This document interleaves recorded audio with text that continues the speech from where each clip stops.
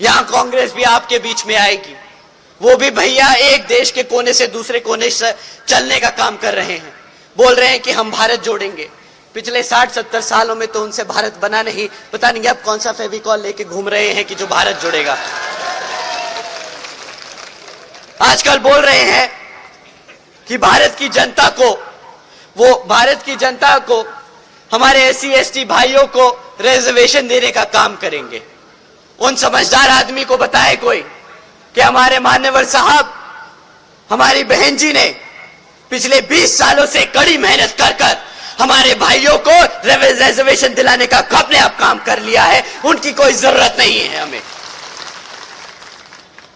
वो अपने 60 साल शायद भूल गए हैं, तो उन्हें अगली बारी आप मिले तो जरूर बताइएगा, भाई साहब आपकी अब कोई जरूरत नहीं, आपको जो भारत की जनता ने मौका देना था दे दिया, अब आप अपने घर बैठे। हमारे बहुजन के लोग, हमारी बहन जी अभी जिंदा है और हमारे लिए लड़ती आई है और लड़ती आएंगी।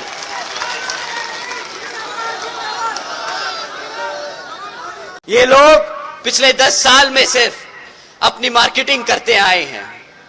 हर दूसरे दिन एक नई योजना निकालेंगे, कभी ये योजना कभी वो योजना। जब योजनाओं के आइडिया खत्म हो जाएंगे तो योजना 2.0, योजना 3.0, योजना 4.0, इनकी योजनाएं नहीं खत्म होंगी साथियों।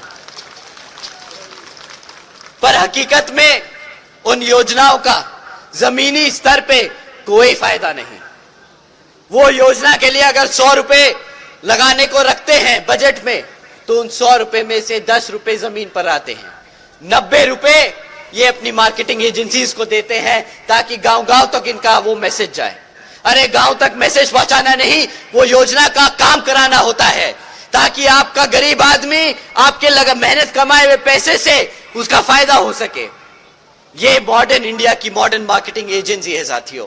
ये इलेक्शन जीतने आपके भले के लिए नहीं लड़ते, ये इलेक्शन अपने आप को सत्ता में रखने के लिए लड़ते हैं। ये इलेक्शन आपको सत्ता से दूर रखने के लिए करते हैं। ये इलेक्शन आपको कमजोर रखने के लिए करते हैं। ये इलेक्शन हमारे संविधान को बदलने की कोशिश के लिए लड़ते हैं। साथियों, इनसे बड़ा देशद्रोही कोई नहीं। उत्तर प्रदेश में एक लाल टोपी वाले भी हैं।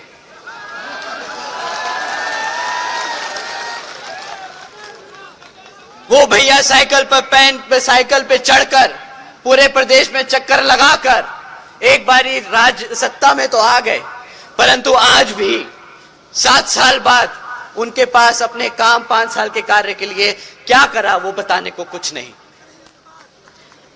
आप लोगों को उन्होंने खूब उल्लू बनाया, टोपी पहन गए और आपको भी टोपी पहना गए, परंतु इस बारी साथियों अब आप लोग इनके झांसे में मत आइएगा। पिछले विधानसभा चुनाव में हमारे मुसलमान के भाइयों ने इनको एक तरफा वोट डाला, पर आज उसी समाज के अत्याचारों के खिलाफ इनके मुंह से एक शब्द नहीं निकलता।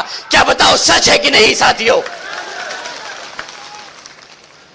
साथियों, जो इनके लिए वोट डालता है उनके लिए तो ये लड़ नहीं सकते, परंतु संसद में रिजर्वेशन इन प्रमोशन के खिलाफ इन लोग चढ़कर खाली हाथ ही नहीं मुंह भी बहुत तेज तेज चलाते हैं और बिल फाड़ने का काम करते हैं।